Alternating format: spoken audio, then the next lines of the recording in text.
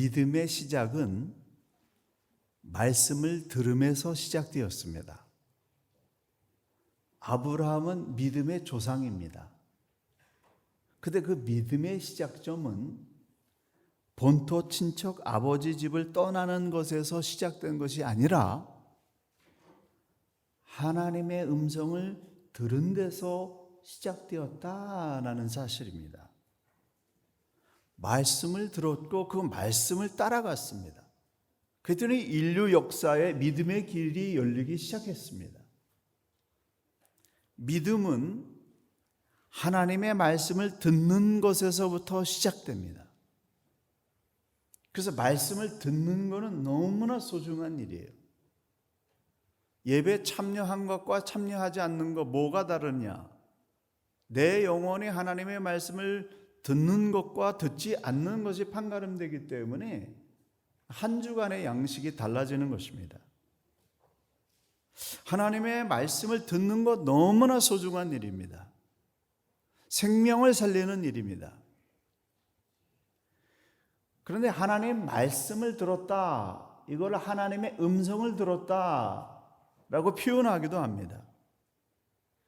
하나님의 음성을 들었던, 하나님의 말씀을 들었던 그 의미는 무엇이냐면은 사운드나 보이스라고 하는 물리적인 소리로 듣는 것이 아니라 내 영으로 듣는 것입니다.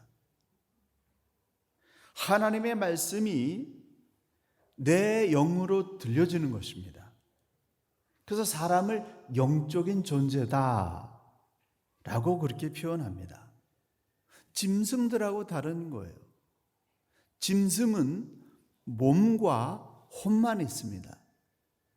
근데 사람은 몸과 혼과 영혼이 있습니다. 성경학자들은 우리의 영혼이 심장에 들어있다, 대부분 그렇게 해석하고 있습니다. 내 심장에 들어있는 나의 영이 하나님과 대화를 할 수 있는 그런 피조물이라는 겁니다.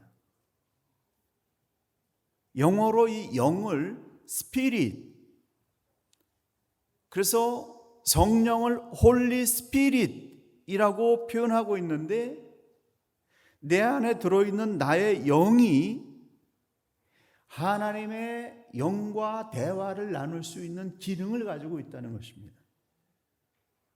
그래서 사람은 하나님과 대화를 주고받을 수 있는 영적인 존재라는 놀라운 사실입니다. 모세는 호렙산에서 모세야 모세야, 네가 선 곳은 거룩한 땅이니 네 발에서 신을 벗으라 라는 하나님의 음성을 들은 후에 말씀을 따라서 출애굽을 인도하는 지도자가 되었습니다. 사도 바울은 내가 너를 이방의 빛으로 삼아 땅끝까지 구원하게 하리라 라고 하는 하나님의 음성을 들은 후에 세계 복음화의 길을 열었습니다. 하나님의 백성으로 선택된 이스라엘은 하나님의 음성을 듣는 사람들이다 라는 거예요. 오늘날 이스라엘 백성들 가운데 하나님의 말씀을 받은 자가 일어났습니다. 그 사람을 선지자라고 합니다. 근데 그 선지자가 일어나서 하나님께서 우리에게 이렇게 말씀하셨습니다 라고 선포하게 되면은 이스라엘 백성들은 저 사람은 하나님이 보낸 사람이다 라고 하는 것을 알아들을 줄 알았다는 거예요. 하나님의 사람들은 하나님의 음성을 들을 줄 아는 사람입니다. 그래서 여러분 한 사람 한 사람 모두가 하나님의 음성을 들을 수 있는 영적인 존재라는 사실입니다. 그렇다면 오늘 우리는 어떻게 하나님의 음성을 들을 수 있을까요? 하나님의 음성을 들은 후에 우리는 어떻게 행동해야 되고 그 결과 어떤 일이 일어날까? 이거를 오늘 함께 말씀을 나누고자 합니다. 첫 번째, 하나님을 간절히 찾는 자가 하나님의 음성을 듣게 됩니다. 어떤 사람이 음성을 듣는다고요? 간절히 찾는 자, 하나님의 음성을 듣게 됩니다. 오늘 본문에 아브라함이 하나님을 간절히 찾았다라고 하는 걸 표현은 없지만은 전체적인 상황을 봤을 때 그 시대에 가장 하나님을 간절히 찾았던 사람이에요. 모세의 경우에도 광야 40년 동안 허송세월을 한 것이 아니라 어떻게 하면 히브리 백성을 구원할 수 있을까? 하나님 알려주십시오. 간절히 하나님을 바라보면서 하나님을 간구했던, 하나님을 찾았던 그런 사람이었기 때문에 하나님의 음성을 들을 수 있었다라고 하는 것입니다. 요한계시록 3장 20절, 볼지어다 내가 문 밖에 서서 두드리노니 누구든지 내 음성을 듣고, 누구든지 내 음성을 어떻게 해요? 듣고 문을 열면 내가 그에게로 들어가 그로 더불어 먹고 그는 나와 더불어 먹으리라. 하나님의 음성을 듣고 마음의 문을 열어야 믿음이 시작되는 거예요. 듣는 것이 먼저입니다. 들려야 마음 문이 열리는 거예요. 그래서 하나님의 말씀을 전하는 자의 역할이 너무나 중요한 거예요.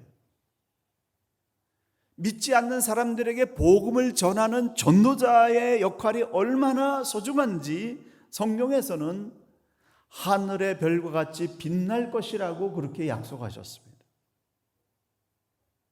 하나님은 우리에게 말씀하십니다. 설교를 통해서 말씀하시고, 성경을 통해서 말씀하시고, 기도할 때 나의 영에게 말씀하시고, 고난 중에 말씀하시고, 환경을 통해서 말씀하시고, 심지어 발람이 알아듣지 못하니까 당나귀의 입을 열어서 말씀하셨습니다. 언제 어디에서 말씀하실지는 하나님만 아십니다. 그렇지만 분명한 한 가지 사실은 간절히 하나님께 찾고 찾으면, 하나님을 구하면 하나님께서 말씀해 주신다는 사실이에요. 제가 10대 후반에 나를 목회자로 부르신다라고 하는 부담감을 갖게 됐습니다. 그래서 부담감을 떨쳐낼 수가 없는 거예요. 그런데 하나님께서 정말 나를 부르셨는가? 일생일대 방향이 결정되는 것이기 때문에 그거를 확인받기 위해서 기도원에 올라가서 3일 동안 밤낮으로 기도했습니다. 3일째 된 날 저녁에 깊은 산속에서 열심히 기도하고 있었는데 갑자기 성경을 보고 싶은 생각이 들어서 성경을 딱 펴고 읽기 시작했습니다. 그러다가 사도행전 13장 47절, 내가 너를 이방의 빛으로 삼아 너로 땅끝까지 구원하게 하리라 라는 말씀이 저에게 턱 걸렸어요. 난생 처음 보는 구절이었습니다. 그런데 그 말씀이 내 심령에 닿는 순간 마치 천둥 번개와 같은 하나님의 음성으로 들렸습니다. 기록된 로고스 말씀이 나에게 주시는 레마의 말씀으로 바뀌는 순간이었습니다. 그런 경험은 저는 처음이었어요. 그 말씀이 마치 살아서 꿈틀꿈틀 제 심정에 팍 박히는 듯한 그런 경험이 있었습니다. 그래서 이방의 빛이 되라는 말씀을 저의 삶의 방향으로, 사명으로 붙잡았습니다. 그 이후에 인생의 결정적인 순간마다 이방의 빛이 되라는 말씀이 인생의 방향을 결정해 주었습니다. 이민 목회자의 길을 걷게 된 것도 이방의 빛이라고 하는 말씀을 따라온 결과이기도 합니다. 그리고 한 달 전에는 제 딸이 이방의 빛이 되라는 아빠의 사명을 물려받아서 선교사로 떠난다고 선언하고 모슬렘 지역으로 출발했습니다. 대를 이어서 충성한다는 얘기가 제 삶 가운데 이루어질 줄은 몰랐어요.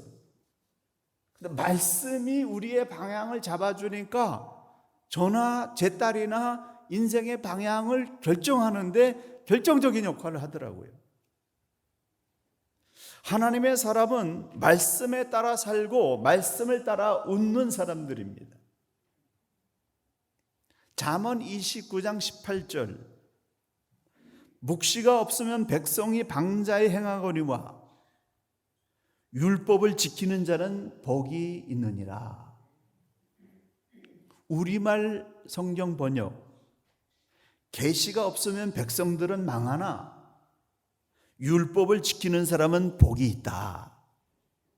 현대어 성경의 번역, 꿈이 없는 백성은 망할 수밖에 없다.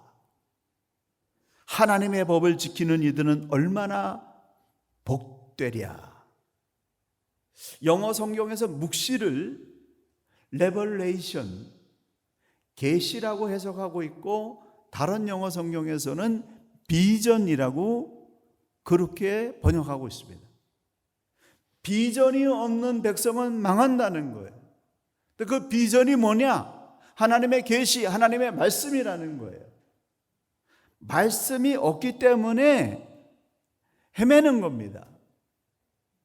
비전이 없으면 광야를 달려가는 인생과 같습니다.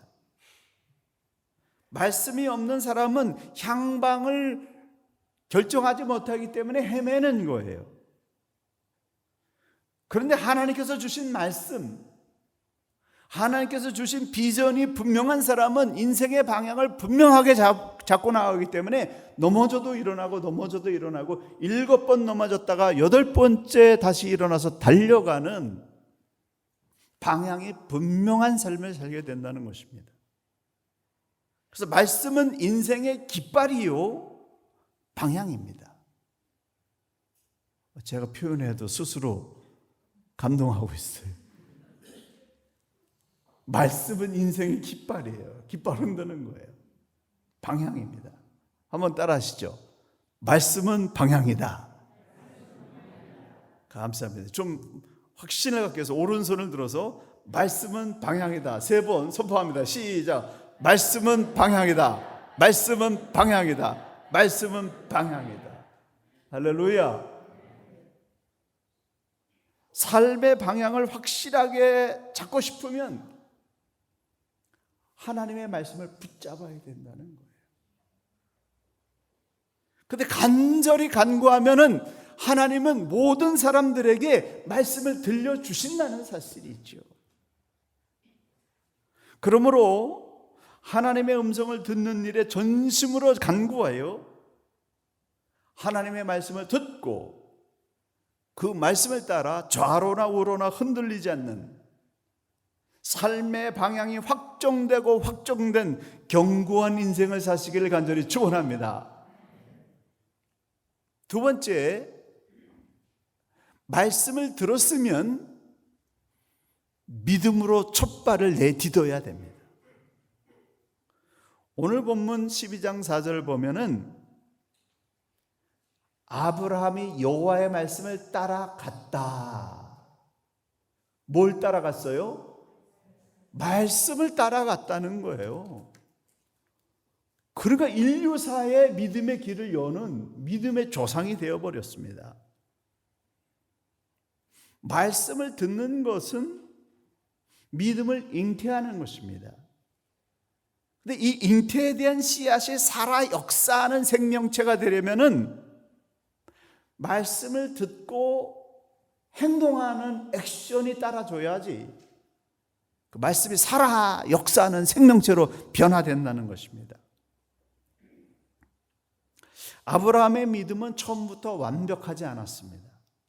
믿음으로 출발했지만 기근에 시달려서 애굽으로 내려가서 사라의 아리따움 때문에 바로 왕에게 죽임을 당할까 봐 사레를 누이 동생이라고 속이기도 했고 99세에 하나님이 찾아오셔서 약속한 아들을 주겠다고 말씀하시니까 그게 믿어지지 않아서 아이고 하나님 저같이 단수가 다 끊어지고 능력이 안 되는 사람한테 어떻게 그런 일이 일어나겠습니까? 속으로 웃는 그런 일도 있었습니다.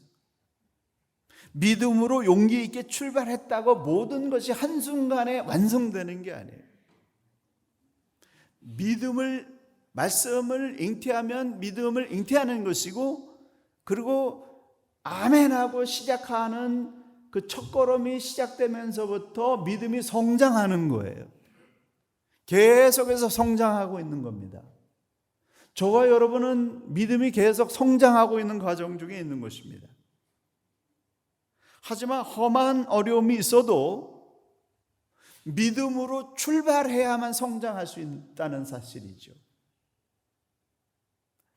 사람들이 믿음이 성장하지 못하는 이유, 결정적인 이유 중에 하나는 뭐냐면은 환경과 여건이 갖추어지면 믿음으로 행동하겠다, 그렇게 착각하기 때문에 그렇습니다. 내가 주의를 지킬 수 있는 여건이 되면, 11조를 드릴 수 있는 여건이 되면 믿음으로 행동하겠다. 근데 환경과 여건이 갖춰진 후에 행동하는 것은 믿음이 아니라 당연히 해야 할 일에 불과한 것입니다. 아직 이루어지지 않았어요. 눈에 보이지 않고 손에 잡히지 않았지만 하나님의 말씀을 믿음으로 믿고 출발할 때, 그때 하나님께서 동행하시는 초자연적인 은혜가 시작된다는 것입니다. 행동하는 믿음을 가진 아브라함의 믿음은 모리아산에서 완성됐습니다. 이삭을 바치라고 하는 말씀은 이치에 맞지도 않고 상식이나 윤리 도덕에도 맞지 않는 말씀입니다.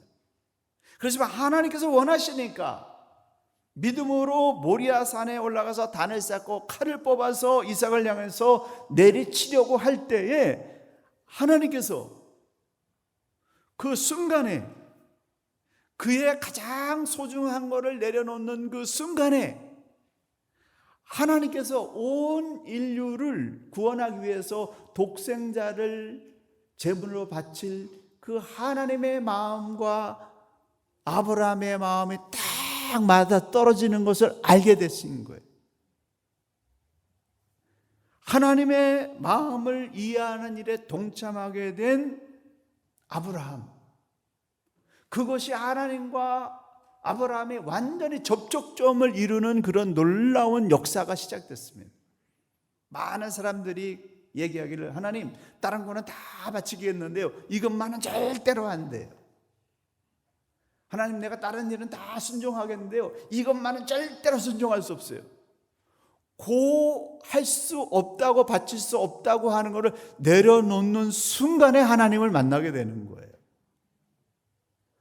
아브라함이 자기 생명보다 더 귀한 이삭을 내려놓는 순간에 하나님의 마음과 일치하면서 하나님이 감동하셔서 네가 나를 진실로 경외하는 줄 알았다라고 인정하셨을 뿐만 아니라 나의 벗이라고 하는 최고의 칭호를 주셨고 믿음의 조상으로 세워주셨습니다.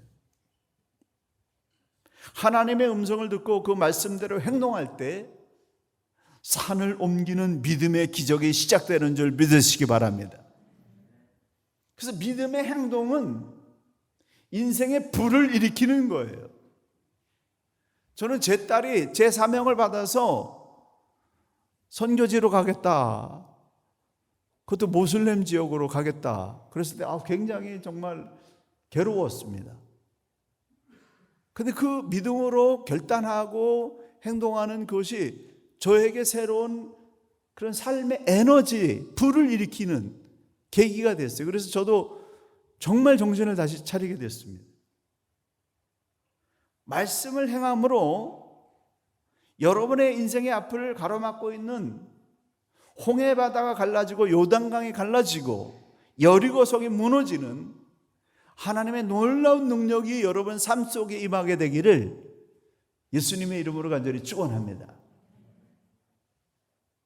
마지막으로 말씀을 듣고 행동하게 되면은 모든 억눌림으로부터 해방되게 됩니다.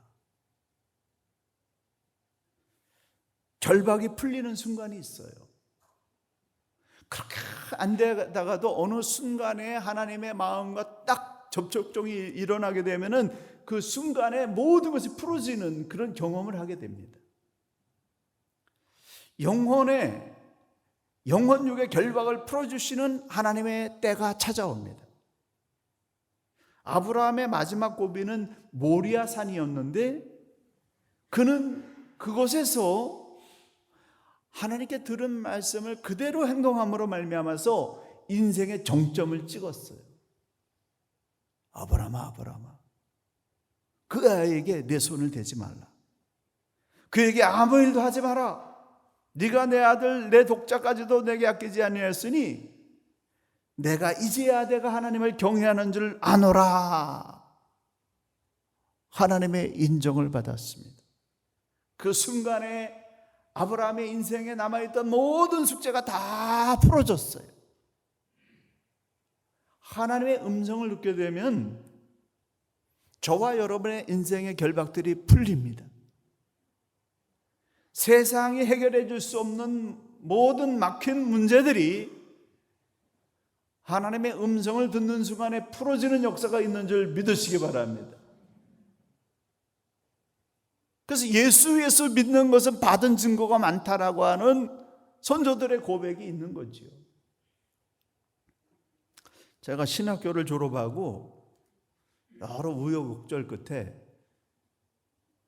정말 한 번도 가보지 못했던 군산 앞바다 낙도로 첫 목회지에 부임하게 됐습니다.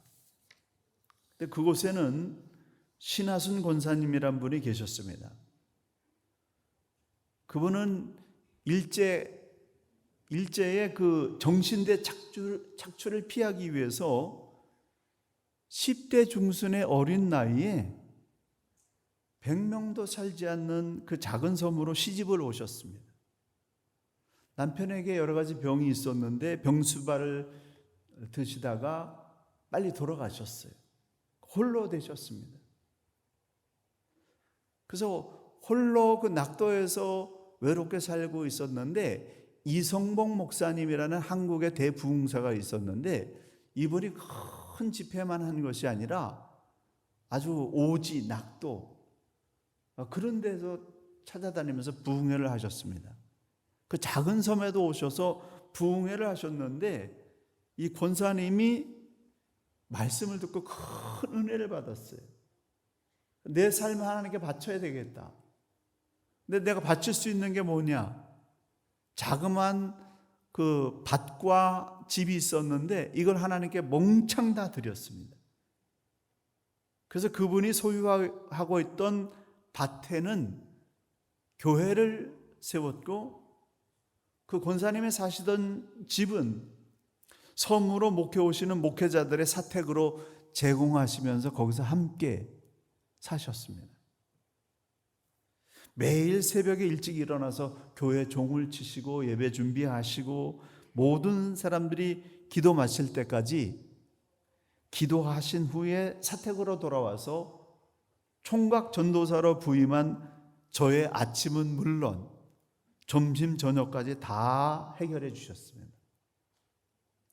70대 칠순이신데 20대 애송이 전도사인 저에게 단 한 번의 인격적으로 하대한 적이 없었어요. 진심으로 저를 주의 종으로 섬겨주셨습니다. 섬에 사는 모든 사람들이 그분의 인격에 순종을 하고 문제가 발생했을 때 그분이 한 말씀 하시면은 다 문제가 풀어지는 존경받는 그런 분이었습니다. 근데 이분에게는 한 가지 소원이 있었어요. 그 소원은 뭐냐면은 방언으로 기도하는 소원이었습니다. 더 깊은 기도를 방언으로 하면 좋겠다. 그런 소원이 있으셨어요. 당시에 교회 안에는 방언으로 기도하시는 몇몇 분이 계셨습니다. 그래서 권사님도 방언으로 기도했으면 좋겠다. 간절한 소망이 있어가지고 아무리 기도해도 안 되니까 3일 금식을 결정하셨습니다. 응답을 받으셨을까요? 못 받으셨을까요? 교회 강대상 옆에 반평도 안 되는 작은 쪽방이 있었는데 권사님은 그곳에 들어가셔서 식음을 전폐하시고 3일 동안 금식하시면서 하나님 나에게도 방언을 주십시오 라고 기도를 했습니다. 3일이 거의 다 지났을 때 응답이 없으니까 이분이 스스로 자기 자신에게 생각하기를 하나님은 나에게 전혀 관심이 없으시구나. 나는 아무 쓸모가 없는 인간이구나. 탄식하면서 마지막 밤을 보내시고 4일째 되는 날 새벽에 여명이 착 동토오는데 그것에 한 줄기 작은 햇살이 쫙 비춰지는 순간에 그 권사님이 그 빛을 보는 순간에 하나님의 음성이 들렸습니다. 내 은혜가 내게 족하다. 그 음성을 듣는 순간 방언 못해도 충분하다라고 하는 감격과 함께 참된 자유를 누리게 되셨습니다. 방언 기도하게 해달라고 기도했지만은 방언 기도는 못 받았어도 응답을 받았습니까? 못 받았습니까? 더 큰 응답을 받은 거예요. 햇살이 쫙 비춰지는 순간에 하나님의 음성이 들리더라는 거죠. 네 은혜가 내게 족하다. 그분은 방언을 하지 않으셔도 이미 충분한 영적인 기도를 드리고 있는 상태에 계신 분이었습니다. 그래서 하나님께서 방언하지 않아도 돼. 지금 상태로도 충분해. 라고 하는 응답을 받으신 것입니다. 하나님은 내게 맞는 은사와 재능을 주십니다. 내가 충분히 하나님을 사랑하고 주의 일 할 수 있는 그런 충분한 은사와 재능을 주시는 분이에요. 근데 그것을 모르기 때문에 예수 섬기면서도 조바심이 생기고 잘못 사는 것 같고 초조해지고 마음의 눌림이 있는데, 근데 하나님의 음성을 듣게 되면은 모든 인생의 눌림과 결박이 풀어지는 역사가 일어난다는 사실입니다. 여러분, 왜 주님의 음성을 듣기를 원하십니까? 영혼의 참된 자유와 해방을 누리기 위해서 주의 음성을 듣기를 원하는 것입니다. 주의 음성을 듣게 되면 길이 열립니다. 해결책이 보입니다. 모든 막히고 얽힌 것들이 풀어지는 역사가 일어난다는 사실이죠. 2022년 올해를 시작하면서 성경을 읽는 중에 베드로전서 4장 8절, 무엇보다도 뜨겁게 사랑할지니 사랑은 허다한 죄를 덮느니라 라는 말씀을 읽을 때 이 말씀이 레마의 말씀으로 제 심장을 울렸습니다.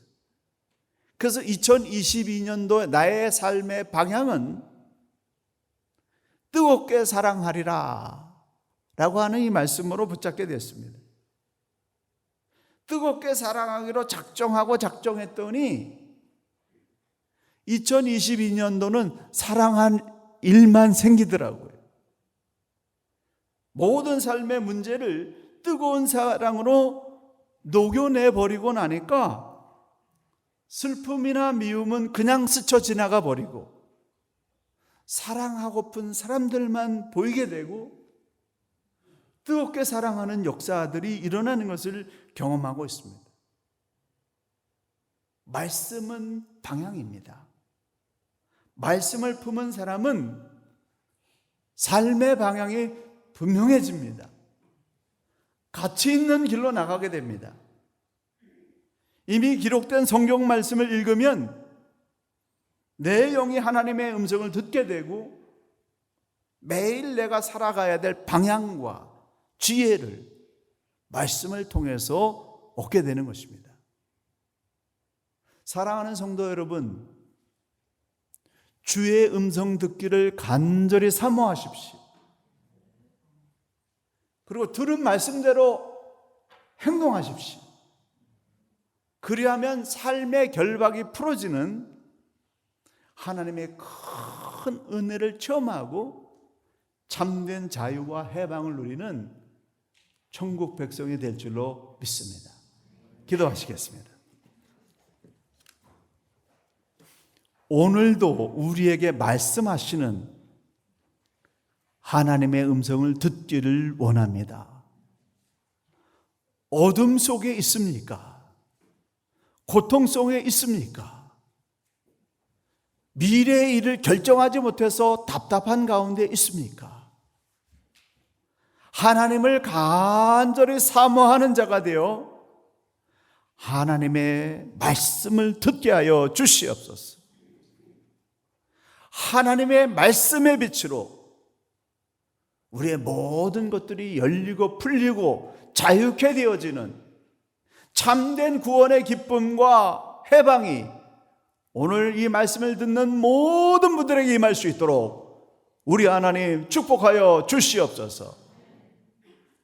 또 이 시간 귀한 믿음의 고백으로 모리아산에서 이삭을 드렸듯이 또 나의 삶이 나의 것이 아니라 아버지의 것이라고 하는 신앙 고백으로 하나님께 헌금을 드리는 많은 손길들, 11조를 드리고 선교 헌금을 드리고 각종 헌금을 드리는 이 성도들의 간절한 소원과 간절한 바람이 하나님의 마음을 움직여서 하나님의 음성을 듣고 문제가 해결되어지는 영적 경험들이 일어나게 도와 주시옵소서.